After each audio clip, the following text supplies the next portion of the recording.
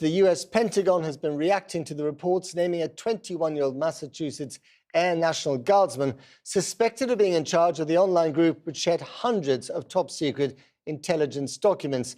That's according to Reuters. The FBI has made an arrest and is continuing law enforcement activity in North Dighton in the state of Massachusetts. Well, let's go back to Siobhan Kennedy in Washington. Siobhan, over to you.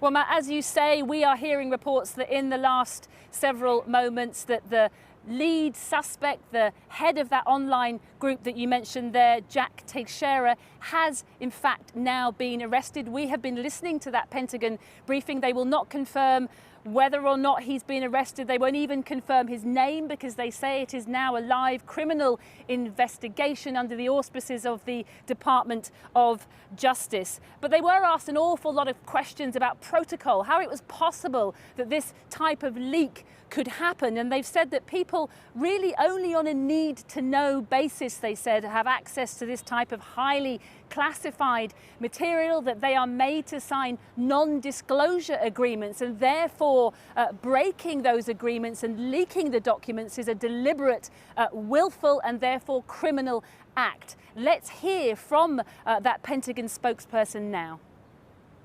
We have rules in place. Each of us signs a non-disclosure agreement. Anybody that has a security clearance, and so all indications are, again, this is a criminal act, a willful violation of those, and again, another reason why we're continuing to investigate and support DOJ's investigation.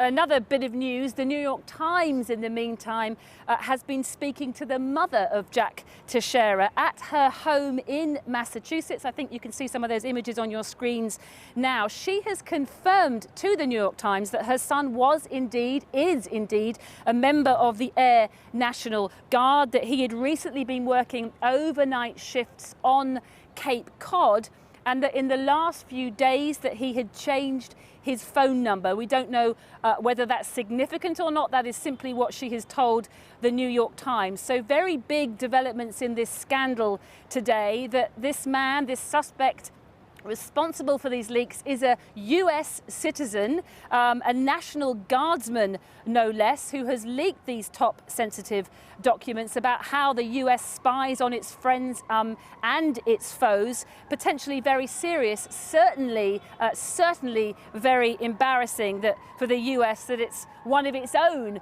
who is responsible for this mess.